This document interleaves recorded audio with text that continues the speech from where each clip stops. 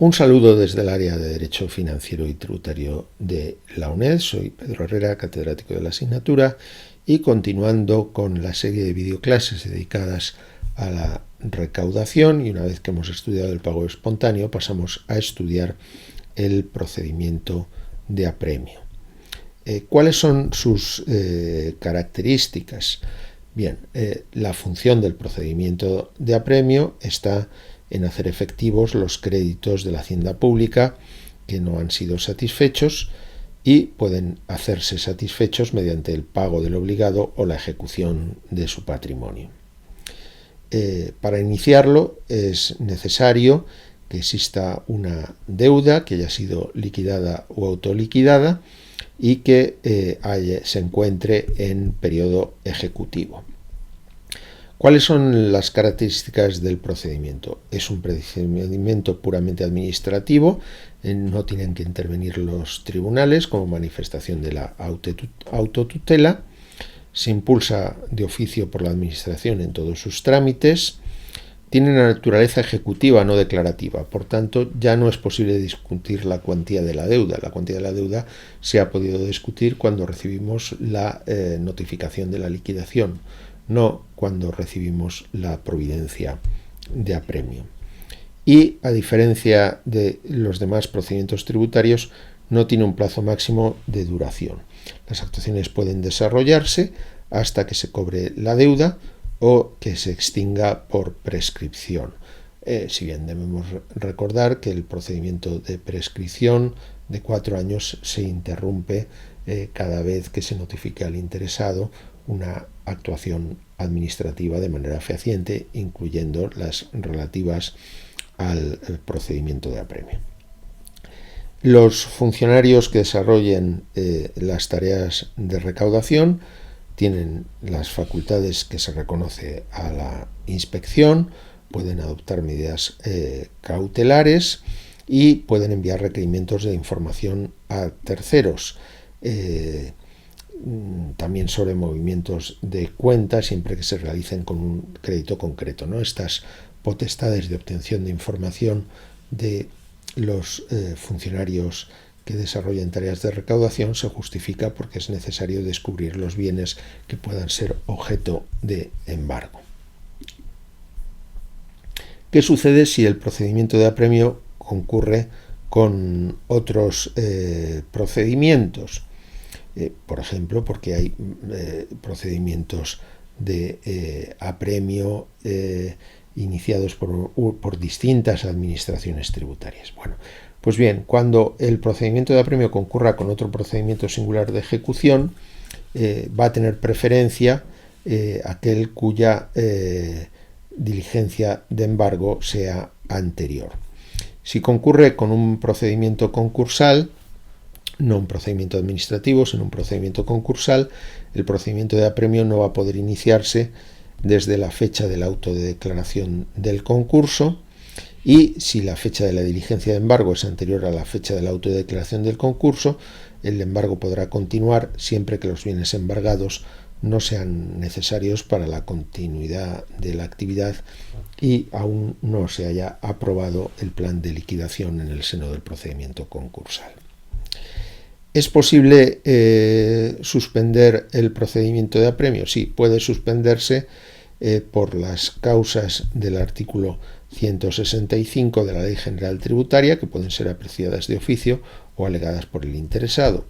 La extinción, el aplazamiento o la suspensión de la deuda, un error puramente material, aritmético o de hecho en la determinación de la deuda, la presentación de un recurso o reclamación económico-administrativa en el que se haya acordado la suspensión, o la presentación de una tercería de dominio, es decir, hay una persona distinta del deudor tributario que alega que es el titular del bien que ha sido objeto del embargo. ¿Cómo se inicia el procedimiento de apremio? Bien, solo hay una forma de iniciarlo, de oficio, mediante la notificación de la providencia de apremio. En la providencia de apremio se identifica la deuda pendiente, se liquidan los recargos del periodo ejecutivo y se requiere al obligado para que pague y se advierte que de lo contrario se van a embargar los bienes. Bien, ¿cuál es el plazo para realizar el pago una vez que se ha notificado la providencia de apremio? No son los plazos ordinarios del pago espontáneo, sino los plazos del artículo 62.5, que son más breves. Si la notificación de la providencia de apremio se ha realizado en la primera quincena, solo vamos a disponer hasta el 20 del mismo mes. Y si se ha notificado en la segunda quincena, hasta el día 5 del mes siguiente. Como vemos, son plazos mucho más breves. Bien, otra consecuencia de la notificación de la providencia de apremio es la apertura de un plazo de un mes para recurrir, aunque en este caso los motivos que se aleguen en el recurso pues están tasados, porque ya hemos dicho que no puede discutirse la cuantía de la deuda.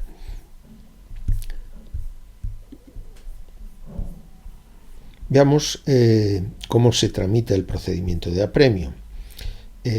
Bien, si los bienes o derechos que se han embargado son líquidos, se va a destinar la cantidad trabada al cobro de la deuda.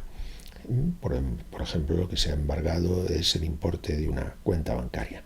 Si no son líquidos, deberán enajenarse.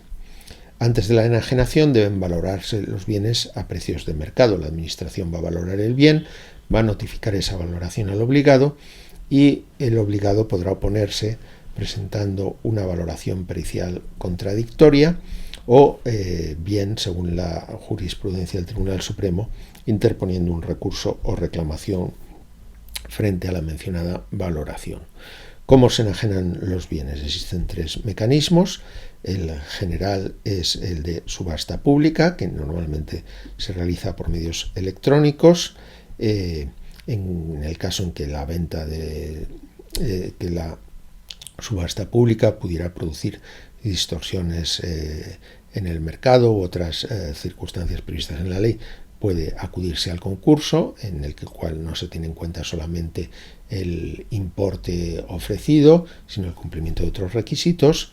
Y un último medio, si fallan los anteriores, sería la adjudicación directa a la Administración.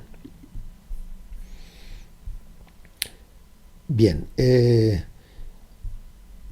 una vez que se ha iniciado el procedimiento de apremio, hay que seguir una serie de pasos y el procedimiento va a terminar cuando se haya cobrado la deuda, los intereses, los recargos y las costas. El primer paso estará en la ejecución de garantías, si es que existen, por ejemplo, porque se había obtenido un aplazamiento o una suspensión en caso de recurso y se había garantizado bien. Pues en ese caso lo primero que se hace es ejecutar la garantía.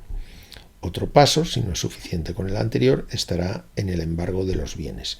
Cada embargo se va a documentar en una diligencia que se va a notificar no en primer término al obligado, sino a quien deba ejecutarlo, por ejemplo, al banco en el que se encuentra esa cuenta bancaria. Después de que se haya ejecutado el embargo, se va a notificar al obligado o a otros terceros que puedan verse afectados. Por ejemplo, un tercero que podría verse afectado es el cónyuge cuando se han embargado bienes gananciales. ¿En qué orden se van a embargar los bienes?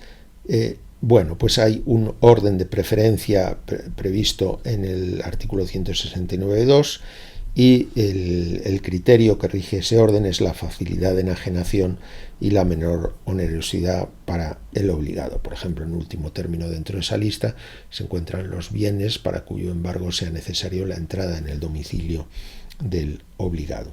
De todos modos, las partes pueden acordar un orden de embargo distinto y existen algunos bienes inembargables de acuerdo con la ley de enjuiciamiento civil.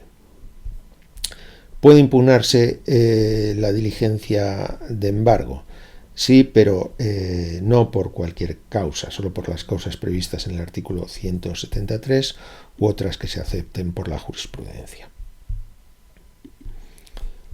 ¿Cómo termina el procedimiento de apremio? Pues bien, puede terminar mediante el ingreso total de la deuda, los intereses, los recargos y las costas.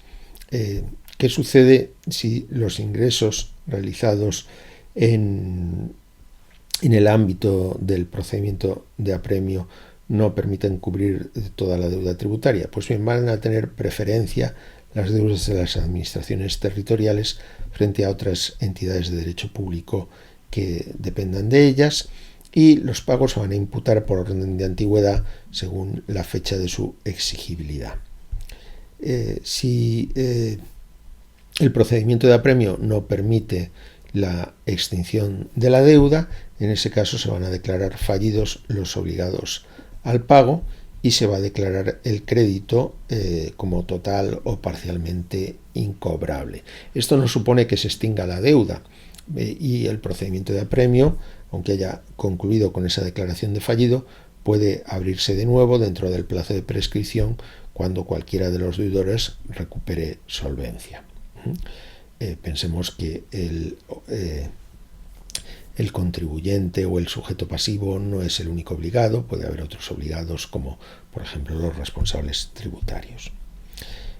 La declaración de fallido es un presupuesto para actuar contra los responsables subsidiarios. No es necesario para que la administración se dirija contra los responsables solidarios, pero sí para dirigirse frente a los responsables subsidiarios. Y el procedimiento podría finalizar también por un acuerdo que declara la extinción de la deuda por una causa distinta del pago, como por ejemplo la prescripción de la deuda tributaria. Y con esto concluimos esta videoclase destinada al estudio del procedimiento de apremio. Muchas gracias.